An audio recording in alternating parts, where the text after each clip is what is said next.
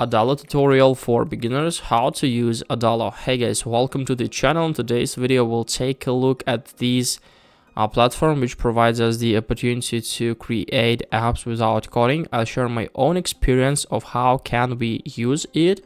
So you can find a lot of interesting information on the website, and in order to start creating, we just simply need to click on sign up in the right top. So after that, with the help of our email, we can then come to the next page, and here we need to answer for a couple of the questions to make it easier as for us to start creating.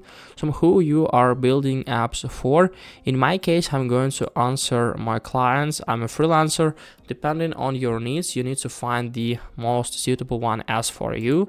After that, you need to select basically an app type or input your own more specific app idea.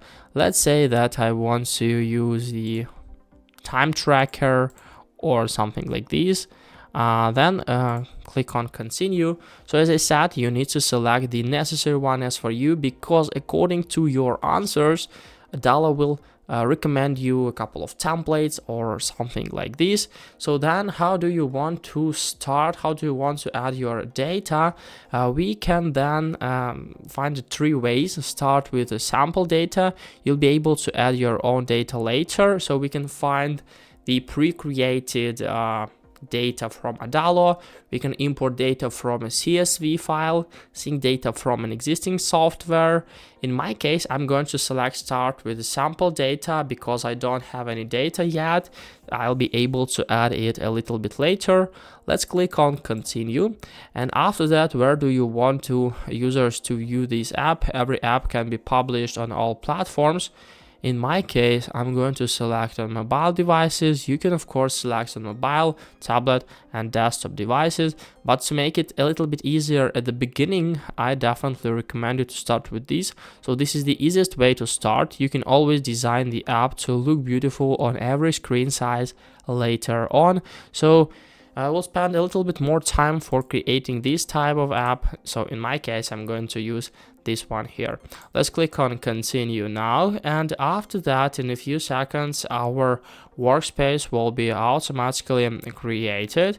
And as you can see, they now recommend us to use the template, and as for me, it's easier to start with templates so we can get some inspiration, and after that it will be a little bit easier to start from scratch. For example, let's click on let's go, and yeah, what can we now find here? So in the center of the screen we have our workspace with a couple of screens pre-created with Adalo. So as you can see, we have like some navigation, even like from login page, we'll come to home list, then we'll go to details and so on, which is like pretty cool. In the left side we have our menu here where we can add a new screen, we can add different objects, text, button, image, simple list and so on.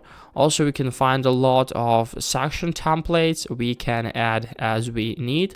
The next thing we can add is like our branding, of course. We can change the color palette, font styles and so on.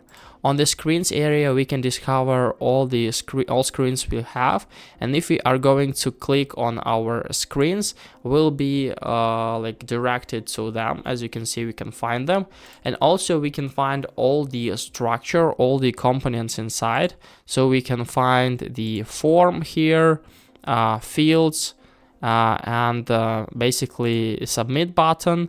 And on the every single folder we can find some additional things. For example, on the form area we can discover which data collection is used. For example, here we have a project, a spreadsheet and users, and what do you want the form to do? Create new project. On the fields area the same, so we have like name, image, short description and so on. So this is a way of how to interact with screens, how to create a new options here. So we can click on more, and now we can change visibility, arrange it, align somewhere and so on. On the database, we can find all the databases we have. So now we have users and projects.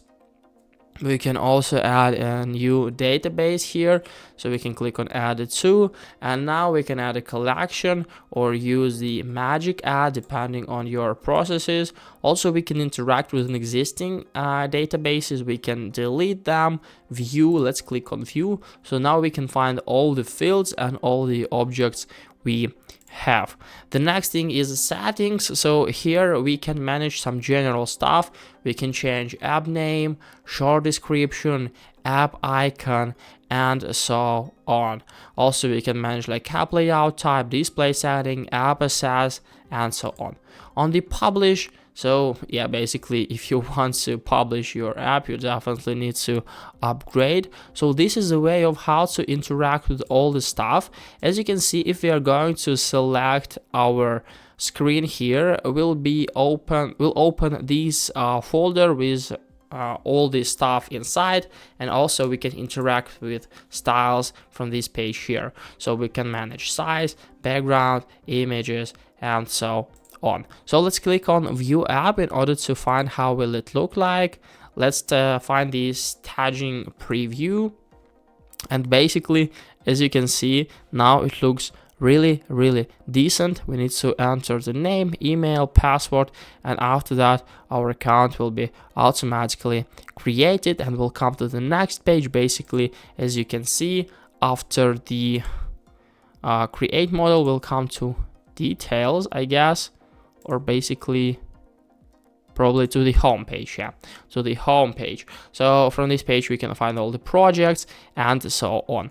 So as I already said, we need to upgrade our plan to be able to publish it. So now let's see their prices. So I'm going to open the pricing page, and as you can see, we have 5 plans here: free, starter, professional, team, and business. We have like monthly prices like this from $45 to $250, and we are going to pay annually. We can save 20% of all prices, $36 to $200. And what can we get here? Basically, on the starter, we can publish 1 app, then 2, 5, and 10. 10,000 monthly app actions, 1 app editor. So if you're working in a team, you need to use at least professional. So you'll have like 5 editors, 10, and unlimited app editors. So if you are a huge team, it means that you need to use like higher price plans, and so on. On the starter, you can just simply work as a solo creator, but you'll get access to all free features: custom fonts, custom domain, publish to web, and publish to app store, which is pretty cool. So it's definitely worth to try the Adalo, at least for the free plan. So hope this video helped you out. Leave a like, subscribe. Goodbye.